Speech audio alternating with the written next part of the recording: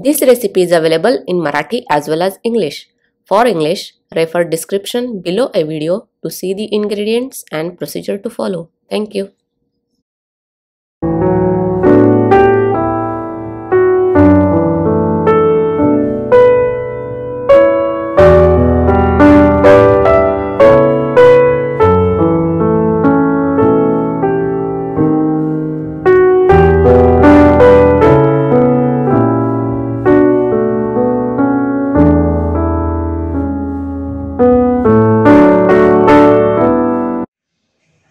नमस्कार, मी रेखाच किचनमध्ये आपणा सर्वांचं खूप खूप मनापासून स्वागत। आता येणारा सण म्हणजे नारळी पौर्णिमा आणि रक्षाबंधन। भावा बहिणीच्या प्रेमाचा आणि गोड नात्याचा हा सण। तर भावा बहिणीच्या या प्रेमळ आणि गोड नात्यासाठी खास गोड काहीतरी व्हायलाच पाहिजे। तर आज आपण पारंपरिक पदार्थ पौष्टिक खुसखुशीत ओल्या नारळाच्या गोड पुऱ्या कशा करायच्या हे पाहणार आहोत। या पुऱ्या 3 ते 4 दिवस चांगल्या राहतात। लहान मुलांना तर खूपच आवडतील। पौष्टिक आणि रुचकर देखील आहेत। टिफिनसाठी नाश्त्यासाठी देखील आपण अशा पुऱ्या करू शकतो।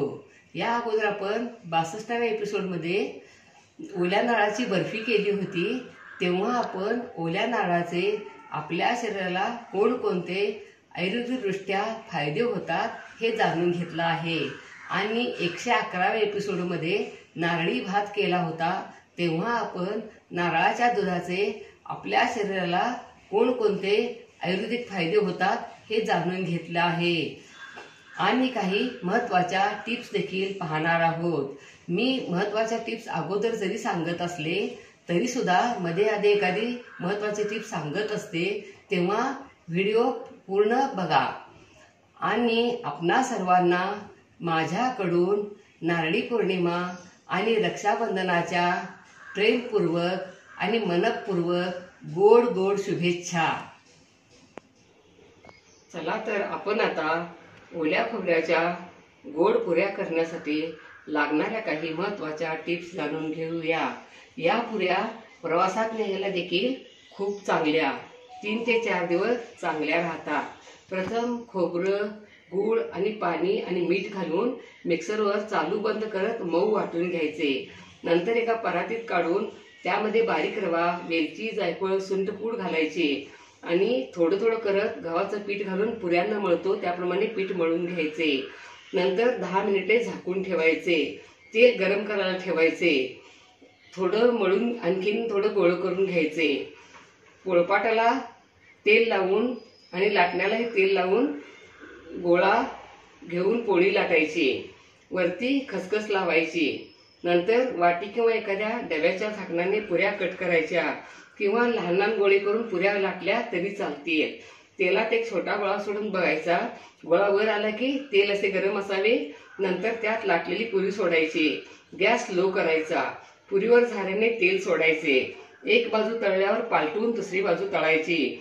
पुरी तेलात सोडताना पोळपाटावरची वरची बाजू तेलात सोडायची आणि खालची बाजू वर येईल अशी सोडायची आणि मंद गॅसवरती सोनेरी रंगावर पुऱ्या तळायच्या। आपण आता साहित्य पाहूया। या मेजरमेंटच्या कपानं अर्धा कप पाणी, 1.5 कप गव्हाचं पीठ, तळण्यासाठी तेल, अर्धा कप गूळ, पाव कप बारीक रवा, 1 कप ओलं खोबरं, 1 टीस्पून सुंठपूड, पाव टीस्पून मीठ, 3 ते 4 चिमूट जायफळ पूड, अर्धा टीस्पून वेलची पूड, 1 टेबलस्पून खसखस ही भाजून घेतली आहे आणि 1 टेबलस्पून साजूक तूप। आपण आता खोबरं, गूळ वगैरे मिक्सरवरती बारीक वाटून घेऊया। ओलं खोबरं, मीठ, गूळ खिसून घेतलेला होता पण हवेनं थोडा मऊ झाला आहे।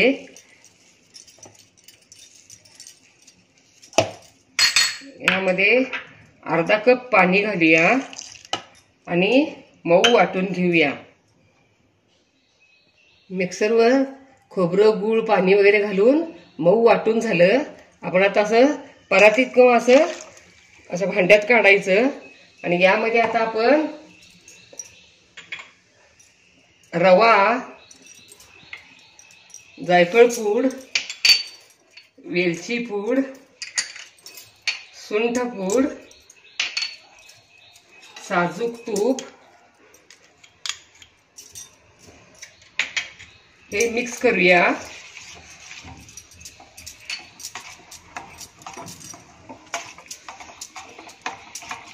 आणि यामध्ये आपण थोडं थोडं करत पीठ घालून पुरीसारखं मळूया।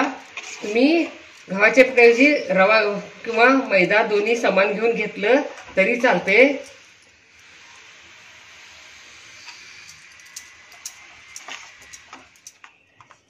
यावेळी मळून झालं।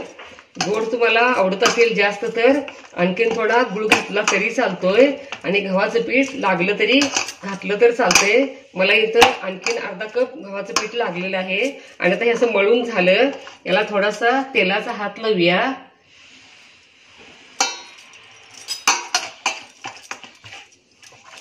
आणि एक 10 ते 15 मिनिटं झाकून ठेवूया।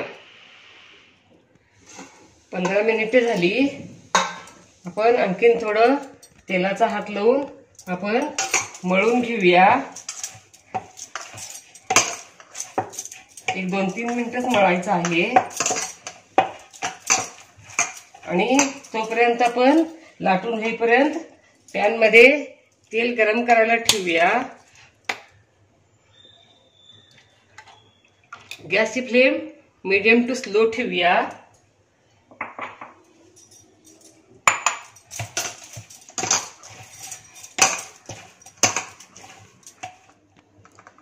आणखीन 2-3 मिनिटं पीठ असं तिंबून झालं। आपण आता यातला एक गोळा घेऊया। तुम्ही लहान लहान गोळे घेऊन पुऱ्या केल्या तरी चालतात किंवा मोठी एक पोळी लाटून, माझ्याकडे असे कटर आहेत वेगळ्या साईजचे आणि असं डब्याचं झाकण देखील घेतलं आहे। तुम्हाला कोणत्या आकारात हव्या त्या आकारात तुम्ही पुऱ्या लाटू शकता।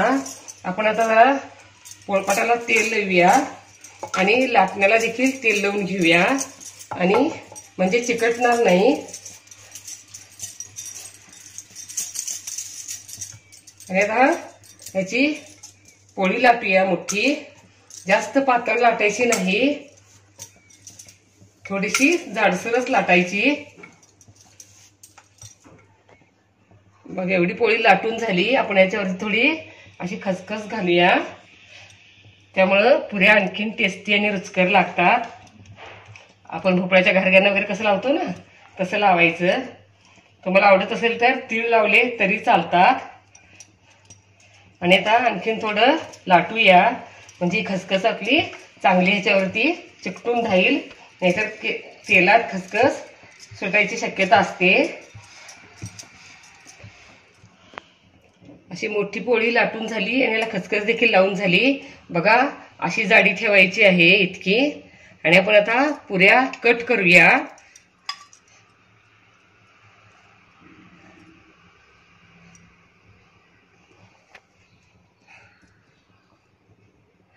लहान मुलांना असं क्रिएटिव्ह काहीतरी असलं तरी आवडतंय, तर मी या कटरने देखील थोड्या पुऱ्या कट करणार आहे या पद्धतीनं।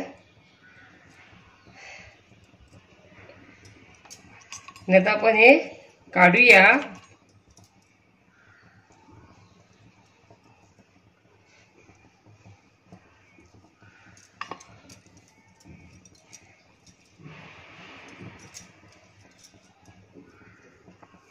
बघा अशी पुरी तयार झाली।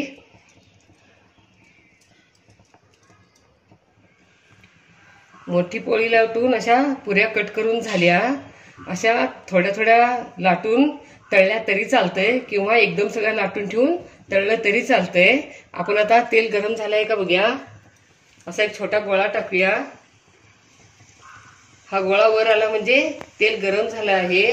गॅसची फ्लेम स्लो करूया आणि आता पोळपाट्यावरची बाजू वर येईल असं पुऱ्या तळायच्या आहेत आणि ही वरची बाजू खाली येईल असं तेलात सोडायचं पुरी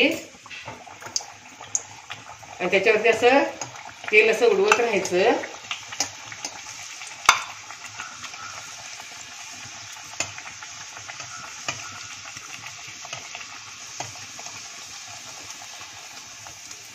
पुरी उलटूया आणि दुसरी बाजू देखील तळून घेऊया. दुसरी बाजू देखील तळून झाली. आपण आता पुरी तेलातून काढूया. काढून असं झाऱ्यात ठेवायची म्हणजे सगळं तेल नितळलं जातंय.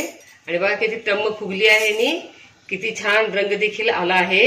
अशा पद्धतीने आपण सगळ्याच पुऱ्या तळून घेऊया. सगळ्या पुऱ्या तळून झाल्या आणि आता मस्तपैकी खुसखुशीत पौष्टिक ओल्या नारळाच्या गोड पुऱ्या तयार. वाह, क्या बात है, लाजवाब. अशा पद्धतीनं ओल्या नारळाच्या गोड पुऱ्या तुम्ही जरूर करून बघा. तुम्हाला नक्कीच आवडतील. लाईक आणि सबस्क्राईब करा. कमेंट बॉक्समध्ये कमेंट टाका. पुन्हा असेच भेटत राहू नवीन नवीन वेगवेगळ्या आणि छान छान रेसिपी घेऊन महत्त्वाच्या टिप्ससह. धन्यवाद. मस्त खा आणि स्वस्थ राहा आणि आपले आरोग्य उत्तम ठेवा. Don't forget to like, share, comment and subscribe. Hit the notification bell ting to get the notifications whenever we upload the new video. Stay tuned for healthy, homemade and tasty recipes every week. Thank you.